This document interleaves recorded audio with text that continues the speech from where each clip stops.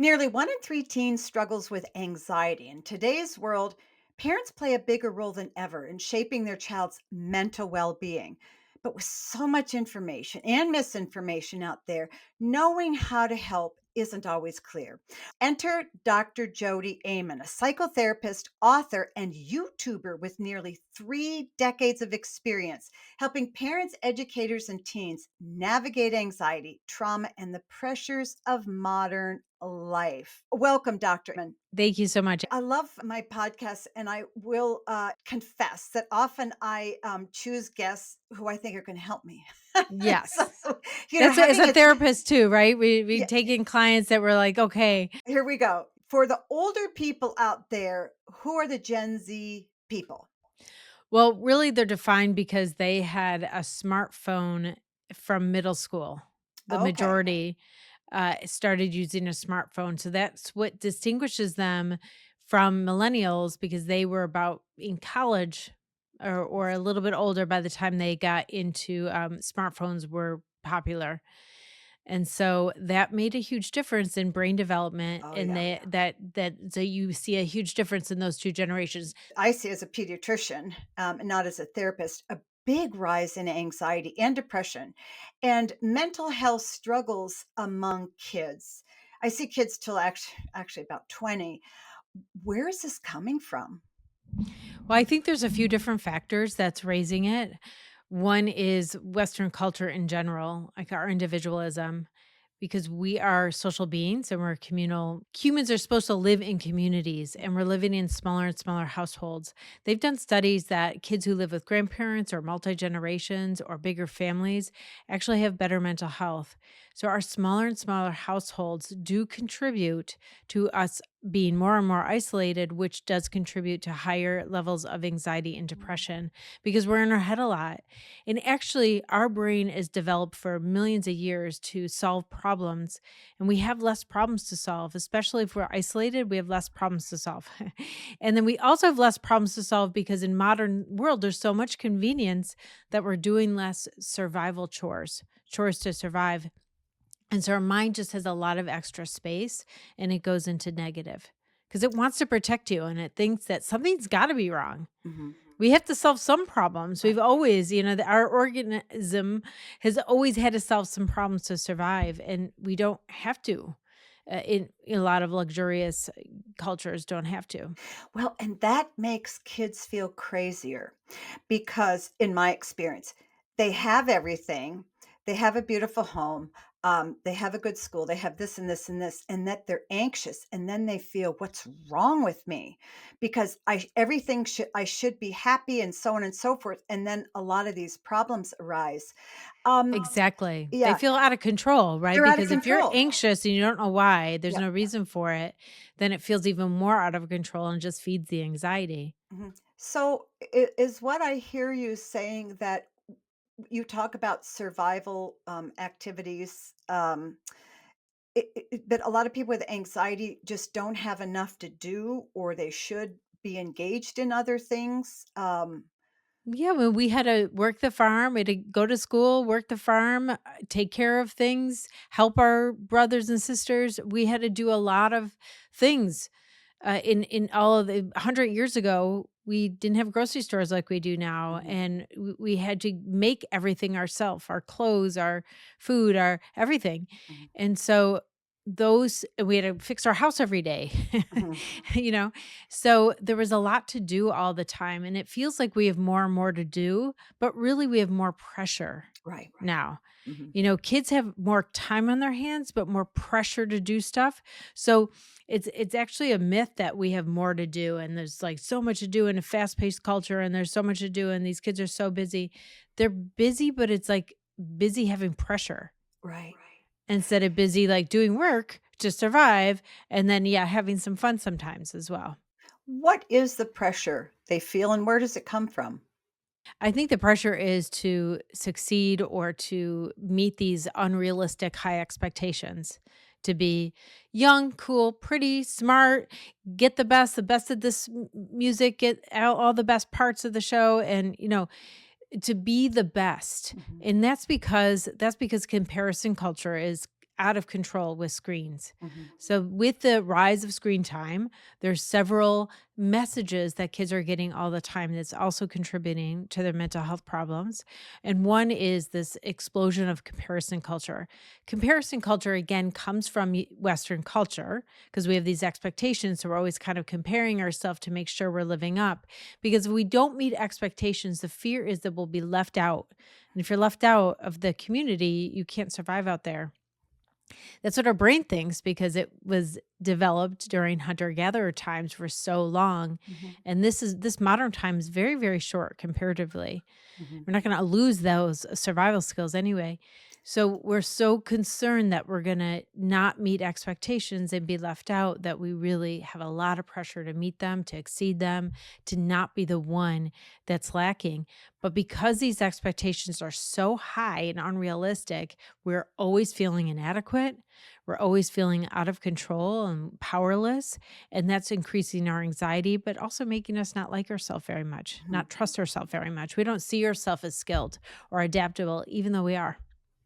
It's interesting because I've been doing some work on a podcast on dating, and one of the things that has arisen is that a lot of girls and probably boys too, they will date people that they don't necessarily like because they don't feel they're worth much, and they'll sort of date down, if you will. And it's interesting because the self-esteem issues are really pretty rampantly negative out there. Um, Now, do kids get pressure to be perfect and to succeed and to perform and everything from parents or from peers on social media or both? I think it's in our culture, so it's everywhere. Mhm. It's from TV shows, it's comparison culture on from social media, it's from their peers, they're all afraid. Usually they feel that pressure from their parents. Sometimes their parents aren't giving pressure, but they're assuming it. Mhm. Some parents do give pressure, of course, but that, yeah, so it's coming from within because they have this motivation not to be left out or not to be seen as inadequate, but they're still judging themselves as inadequate anyway. They're working hard not to, but they are anyway. Feelings of inadequacy and low self-esteem is hand in hand with depression and Mhm. anxiety. It's like that's what causes depression and anxiety. And then, we think of like depression and anxiety causing low self-esteem, but it's the opposite. It's the not trusting ourselves and not liking ourselves that is causing the anxiety and the depression. Yeah, sort of me against me. I don't like me. I don't like who I am, and then it arises. So you talk about digital depression. I assume that you're talking about depression that stems from constantly feeling inadequate and constantly feeling you're not as pretty, you're not as smart, so on and so forth. It really has become an addictive behavior with many kids. Because I actually had a young gal who tried to commit suicide. She's beautiful, 15, doesn't matter if she's beautiful or not. Um, 15 years old, and admitted later on that social media had played a part because whenever she went on and saw her friends with a boyfriend or friends doing this, she just felt so badly about herself. So I said, "Okay, well, let's on your way out in your recovery, one of the things that we need to do is, sort of, wean you from a lot of social media." And she said, "I can't." I said, "But it almost killed you." "I know, but I can't." So where does that stem from? The addiction to something that's so bad for them? There's a couple things psychologically and physiologically that's going on. That fear of missing out. If you miss out on something, then you might not be part of a conversation or not understand what's going on in a conversation, and that might have you left out. That might make you embarrass yourself. So psychologically and relationally, that's what's happening. They don't want to miss anything because if there was a problem as well, or if there's something good or something to talk about, they don't want to be out of the loop, and then it's gonna be a problem in the future. They're gonna embarrass themselves. If there was a problem and they didn't know about it and went in like unprepared or something, that's what they're really afraid of. The other thing is there's a dopamine issue with social media and that notifications that's constant is they're getting this little thing of dopamine. It's actually interrupting their dopamine cycle. Mhm. because they're not stimulating their dopamine in a regular way, and it's not sustainable. So they have to keep scrolling, doom scrolling. And most research says the longer that teenagers spend on social media, the more depressed and anxious that they get. And even an hour break to take a walk or do something else significantly helps them feel better. I mean, they're comparing people's highlight reel to their own backstage mess. So Mm, they're never going to come up feeling good about themselves, no, you know? They're no. always gonna look for where the problem is because they're trying to mitigate the risk. Mhm. There's no risk, but they're trying to mitigate the risk of, like, being kicked out of the friend group or something like that, Yeah. and then dying in the woods somewhere. You really can see how tangled up their feelings can get. What are some of the ways that parents unintentionally contribute to the anxiety? Because I know we've talked about, kids on digital media, digital platforms, and how that contributes to it. But what role do parents play in that? Because I mean, as one who has grown kids, I know I'm responsible for every bad thing that ever happened to them, right? You are So they, not. so You they are tell me, not. I Yeah, know, you are not yeah, responsible. yeah, As parents, like, it's guesswork so much of the time, and so it's like trial and error. But what sometimes parents with great intentions try to minimize someone's anxiety because they think that if they could kind of distract them or something that they won't put as much meaning around it. Sometimes that is has a counter effect because when kids don't feel validated, they put more meaning around it and they feel validated or that you don't understand and they double down and defend their anxiety. So their anxiety is going to grow instead of go away. But it does work for some people. But if you minimize your kid's anxiety, they'll hold on to it much tighter. And so you don't want to do that. We want to validate and be like, I understand how you're feeling. That makes it, even if it doesn't make sense to you. right.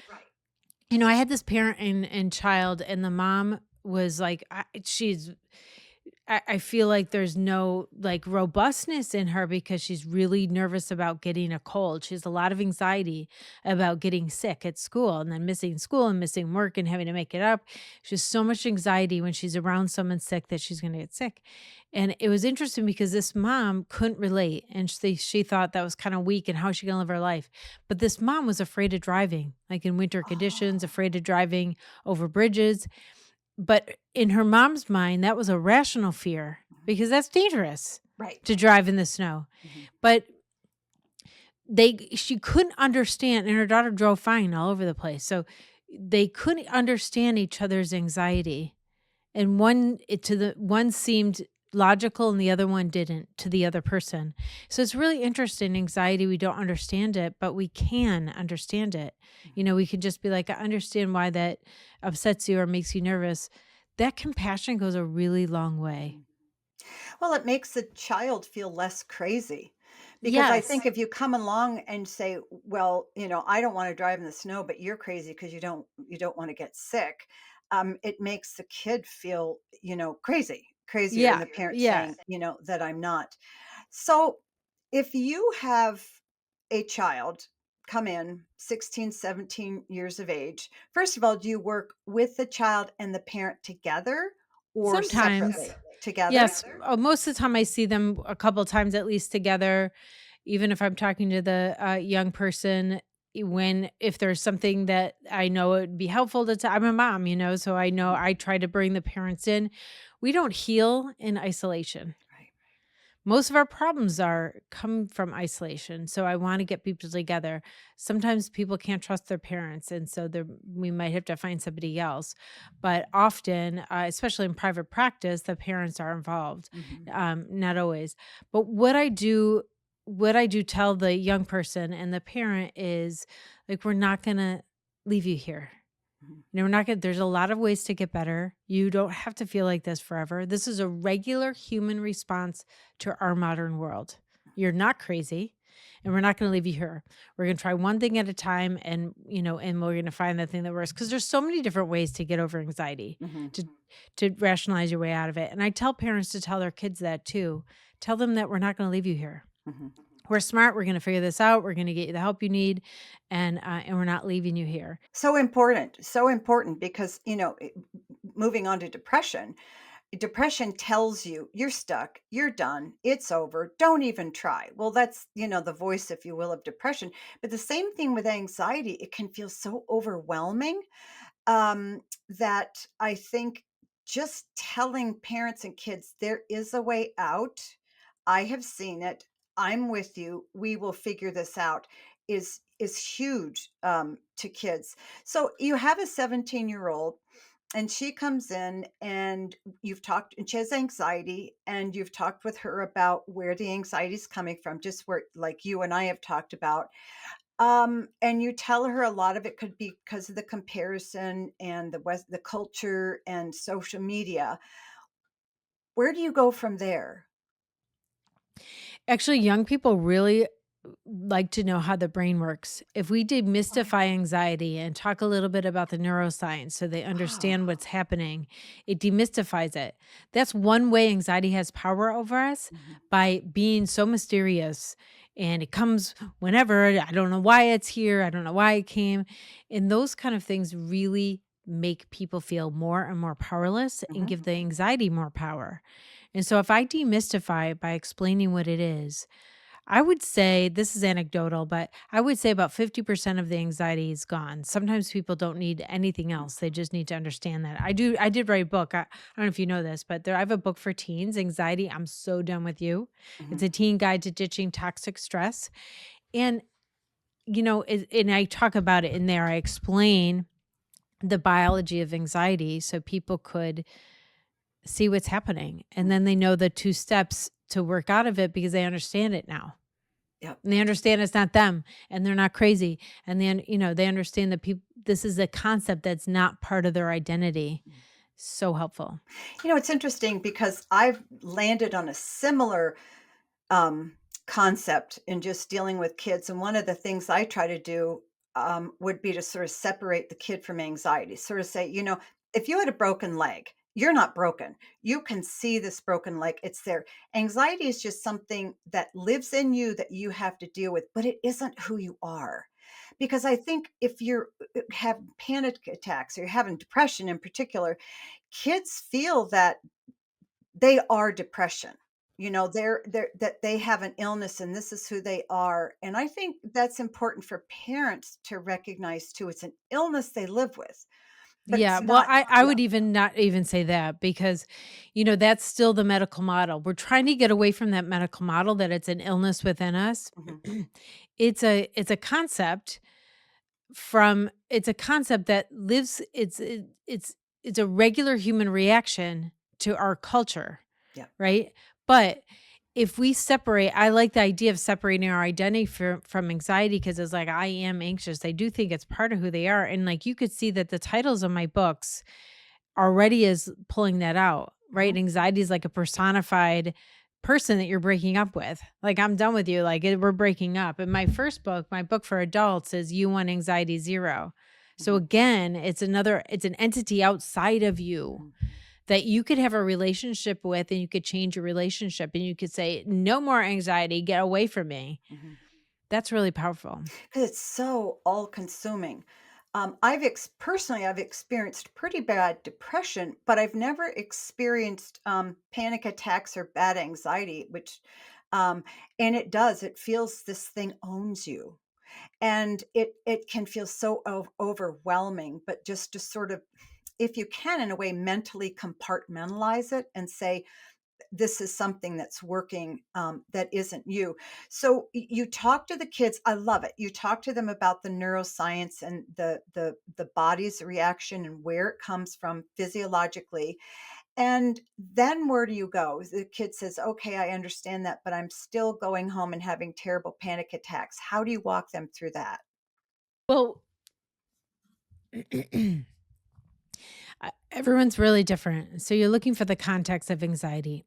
Anxiety and depression come out of a context. They're not like the illness inside of a person. They come from a context. So as you're getting to know them, you're getting to know some of the things that are triggering anxiety, some of the things that they're worried about. I try to get the exact words.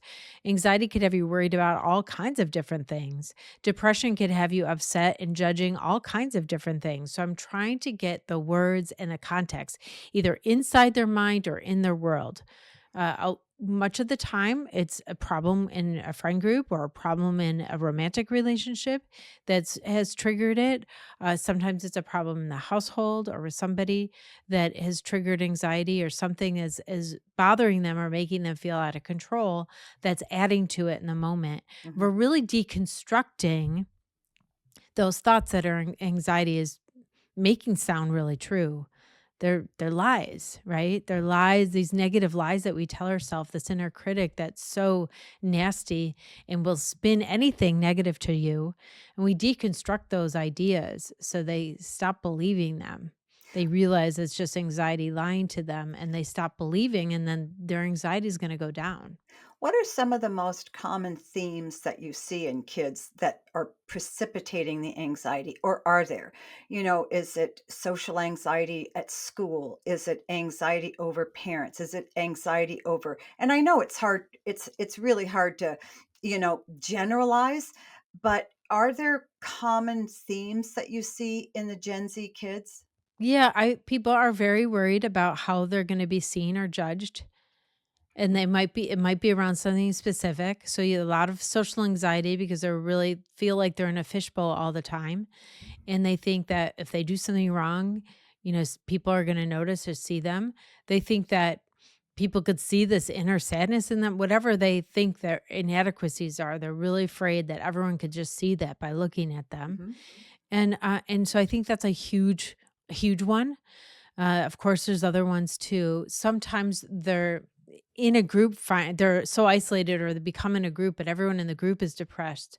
And so there's reason to stay sad because then you belong, Right. and everyone's kind of commiserating, and it's a way to bond together. And then who wants to get better? And then you're alone. Mhm. So that happens. I see that sometimes, but this great isolation, and then feeling like they don't like themselves, and so they're too vulnerable to be in relationships or trust people because they really don't think they're adequate enough. If a child feels isolated, which they are, particularly during COVID, and they're not connecting with other people, does their anxiety come from that lack of connection, or where does the anxiety there come from? Yeah, so when you are isolated, you are in your head a lot and there's a lot of negativity in there. So when you're around less and less people, your image of yourself is going to go worse and worse and worse. We're social beings, we're supposed to be around people. Mhm. So isolation, and then isolation, the other thing that's happening in isolation is the dopamine issue is happening again. So when you're in isolation, you don't trigger your dopamine very much. And then you don't really care if you trigger your dopamine. So when I have a kid come to me in counseling, they're like, "Yeah, I don't think I could get better, but I don't really care if I get better. Like I don't care if I ever get better." I know that that's a symptom of incredible isolation. Mhm. They probably sleep all day and are up all night Yeah. because when they don't care, that means they have not had any dopamine, Mhm. and so they don't even care about getting dopamine, Mhm. you know? Yeah. So when it's a younger person or someone who has other people around, the other people around have to get them out and doing stuff. Mhm. So their parents have to like take them out of the house, get them stimulated somehow. Mhm. It comes back. That happened with people in COVID too. Their dopamine wasn't triggering as much because they were in isolation and not doing so much and bored. But once we could get them out and doing stuff or figuring something out, something to do during that time, that comes back. Like Mhm. our brain adjusts back to having the dopamine again and being interested in things again. So when someone's not interested, that's not a symptom of depression, it's a symptom of isolation. Mhm. Err. What if a kid comes to you, because kids are kids, they're 15 years old and, really confused, and they say, I'm anxious. And you say, well, where do you think it's coming from? And they have no idea. So do you just keep asking a bunch of questions? Because I know a lot of parents, and obviously parents don't want to be a therapist to their child, but parents will come to me and go, I have no idea what's happening. And she seems not to know what's happening. So, That makes a kid feel out of control, actually. So if mhm, you say, "Where's this coming from?" and they don't know, they're more of a panic. They're like, "Well, I should know." They already Exactly. think that they should know. And so that's what I mean by, the mystery of anxiety makes people feel really powerless. Mhm, I don't think I'd ask a kid, "Where do you think it's coming from?" I say, "What are you anxious about? mhm, What are you worried about?" mhm, So they're going to start giving me the context of those worried thoughts, which they do know that answer. mhm, They don't know why they started to worry about this or why anxiety started. But I know why. It's because our culture, it's a cultural issue, mhm, right? It's a regular human response to our culture. I know why everybody's anxious mhm, because they're human and they've done less chores, they have more access to luxury and not having to do things and conveniences, and so they're doing less and they don't see themselves as skilled mhm, and they don't see themselves as adaptable because they're not having those kind of challenges anymore trying to problem solve. So their mind's trying to solve problems by making up problems and they're unsolvable because mhm. it's like, what if this bad thing happens? Well, that's not happening, so you can't solve it because Right, it's not happening. right. Right? So it feels unsolvable, and it creates panic. So I know why it's happening. I would never ask somebody that. Mhm, I actually am telling them why. But first of all, I would ask like, "What are you worried about? What are you worried about?" That they could say. mhm, "I'm worried about someone breaking in my house. I'm worried about if my mom gets hit by a car, gets in a car accident. I'm worried that I won't like it at school or I'll be uncomfortable there or mhm, I'll need to leave and I can't leave. Um, I'll bleed through my clothes, like something, I'll mhm, faint and or start screaming in the middle of the class. People have these fears that they'll embarrass themselves. mhm. Is a huge one. Talk about kids who are anxious. And as you dig into the family dynamics, you find that their parents are incredibly anxious and they might be just sort of mopping it up from them. Do you see that very often? And if so, how do you approach that? Yeah, we learn anxiety. We learn anxiety, and sometimes the kids, you're helping the kids get over it, and then you have them help each other because then they could give tips to their mom how to help them get better. Mhm, And I mean, I remember my kids were anxious. I'm like, look at my face. If I'm not anxious, then you're okay. Like mhm, I had a model. Like it's teachable to model that trust mhm, when there's nothing to worry about, and um, so the so a lot of times you're helping the parents and the kids together and you're talking about it and they're learning about anxiety and a way to think about anxiety in a different way. Or mhm, they're reading my books. Parents and counselors and teachers are reading my books to help young people because they want to understand. And parents are like, I never, the way we think about anxiety is we think about it in this medical model that it's an illness inside us that you just have to learn to live with or something like that. When a parent understands anxiety in the way, they're gonna get better too. yeah, yeah, yeah. You have something called the Compass curriculum. How does that help teens and what is it? How does it work? Okay, it's called a WISE intervention, which is a social psychological intervention that helps decrease symptoms of anxiety and depression. But it is a psychoeducational model and it's taught by lay people, so non clinicians. So I designed a curriculum for high school health teachers because I knew the health teachers were teaching mental health, but they're actually teaching the medical model, which is hurting kids. I'm not saying all of them, but because health teachers curate, most health teachers in our country curate their own curriculum Mm, and they're not clinicians, so they're just looking online, and when you look online, it's like, what's an anxiety disorder and what's regular worries? Well, that's an us versus them mentality, and that's really emphasizing that if you have anxiety, something's wrong with you, mhm, which is devastating to the psyche, and there's nothing wrong with them. This is a regular human response to our world, and if they're not too busy wondering what's wrong with me, and they understood anxiety, they could get rid of it and be happier. mhm, So that's what we want. So it's a curriculum for teachers to teach mental health in ways that actually help kids feel better. So it's tier 1. Tier 1 means all the kids in the school get it. It's not just kids who are pulled out because they're anxious, because really most of the kids are anxious. mhm.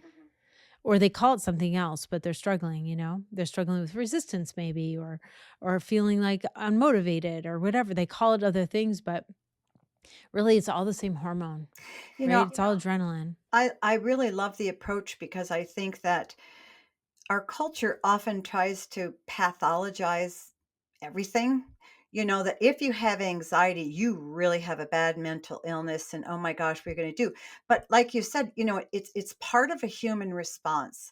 And if we can normalize it and sort of say this happens, and maybe at this point in your life it feels exaggerated or is exaggerated by this and this and this.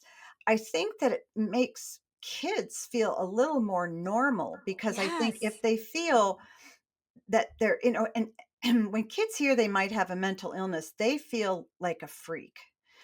And I have a hard time getting kids to go to counseling because they said that means that I'm, insane or I'm mental or whatever. I said, that's not true. You would talk to therapists like you're just sitting here talking to me about this stuff. And so there's a lot of stigma they feel, but I think that that's a wonderful approach. So let's talk to the parent who's out there, and maybe they're a single parent or maybe they're married, and they have a child who's 12 years old and they are concerned the child has anxiety, and indeed the child does have anxiety. What are the three or four things they should do, and what are three or four things they should not do in order to help the child? Okay, I would say listen and say understand, but and hear exactly what their worries are. Sometimes they have a question, and you could answer the question, their worry will go away. Mhm, And so you want to know what the worries are. And then you could be like, "Yeah, I understand.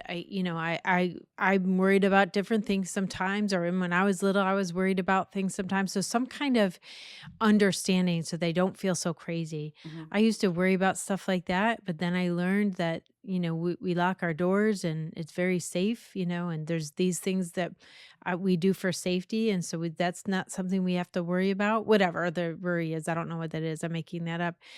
So one is listening for the worry and explaining why that's not something they need to worry about if it is something they don't need to worry about. Letting them know that, if people feel those ways, they could get better. They're not going to feel like this forever. That's really important. They're not feeling like this forever. The third one is, spend time with them, do fun things, distract them from it, get them out of their head. So those are the three things that I want parents to do.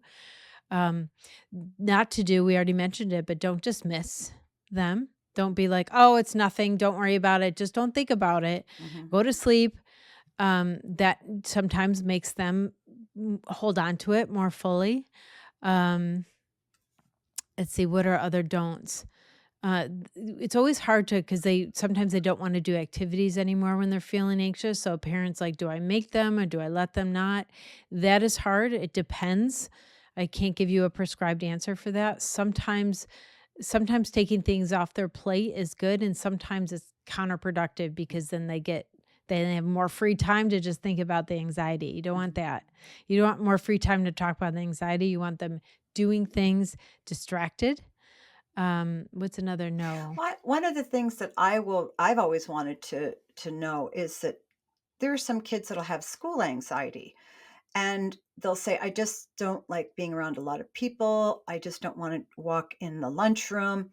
So, in a situation like that, where you can't just take the child out of school, as a parent, do you just say, "Sorry, you have to go to school," or you have to face it? There's a lot to unpack in those little things that they said, and so I don't wanna be around a lot of people, or I don't wanna walk in the lunchroom. What happens when you walk in the lunchroom? Mhm, What are you worried about that? What are you worried a and then when they say the next thing, it's like, "Well, what worries you about that?" You wanna continue to unpack that fear mhm, because anxiety is very vague and very general, and they're like, "It'll be awful to walk in your lunchroom," and they're like, "Okay, I don't wanna do that." But you have to, like, really ask because there might not anxiety is quite thin. mhm, It's like, "It'll be awful." And you're like, "What's gonna be awful?" And when the kid starts asking anxiety those questions, then they're realizing that there's really nothing there to be afraid of. mhm, And so if you're asking questions of a young person, you might want to be like, "Well, what bothers you about walking in?" You want to get the exact image that anxiety is putting in their head, that they're going to trip in the middle of the room and the whole room's going to be laughing. You want to know, but like, how often does someone trip in the cafeteria? Have you ever seen that happen? How often and so in all of your years at school, you've seen one time somebody fell a little bit in the corner and nobody said anything. You're trying to anxiety's lying about something that's going to be awful that we know most of the time is not awful or it usually doesn't happen, Mhm. right? Them falling in the middle of the cafeteria and everybody seeing them. That would be a rare it happened. I mean, it could happen. It's like, what if? But like it's so rare that it's not worth having a panic attack about. Right. And so you really want to unpack and really deconstruct this idea that anxiety has them so afraid of, Mhm. that really is not afraid. One kid one time wouldn't tell me what he's afraid of. And then finally he's like, I had this dream about this ghost car coming down at the bus stop, like a ghost car. But once he said it out loud, Mhm. I didn't judge it, I mean, but once he said it out loud, he started laughing. And once you get it out, it's like, that's silly. That would never happen. It's so rare that you've never even heard anyone talk about it ever. So it's like it's not a risk. So Right. that is really helps them. You kind of have to get into that magical thinking yourself to debunk these lies that anxiety is trying to tell them. And it's hard because as parents, when you see your child hurting, you want to go in and make them feel better and fix it and get the anxiety go away, but it just doesn't work that way. So, as we wind down here, can you tell parents when they should take their child to a therapist? Because a lot of parents say, well, I don't know if I should or I don't know if I shouldn't. And I said, for me, if it's a question, go. Just But go. yeah, but If you have access to it, if you have the time and access to it, there's no reason to wait. There's no reason. People wait 1 to 3 years before getting help, mhm, sometimes up to 10 years when they're older to get help for anxiety. If it's somebody young, get help right away because you could nip it in the bud. You could nip it when it first starts.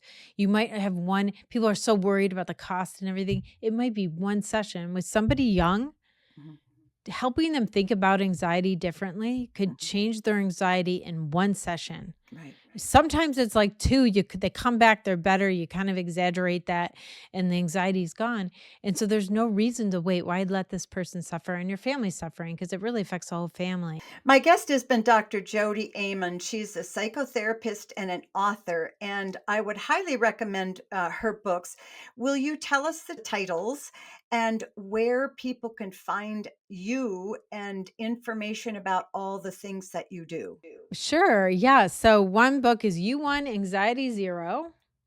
And then the teen one is Anxiety, I'm So Done With You. Mhm. It's a teen guide to ditching toxic stress and hardwiring your brain for happiness. So those are available anywhere books are sold. My website's jodiaman.com, jodiaman.com. And my YouTube is Dr. Jodi at DoctorJodi. And I have a live show every Monday where I do live coaching right on the air. Awesome. I love it. This has been so much fun. And as I anticipated, I've learned a lot. At least now I know what to tell my patients and their Yay. parents and what not to say. Many professionals invest in an executive coach for personal development and a trainer for physical fitness. Now you can hire me, a best-selling author and expert coach, to help you raise great kids. I've over 35 years practicing pediatrics and an extensive experience decoding what your kids need and think about you. I've helped countless parents just like you. You can talk directly with me through private or group coaching. I'll listen and provide a customized plan to help you be the best dad you can be. Sign up now through the link in the episode notes. Your kids are counting on you.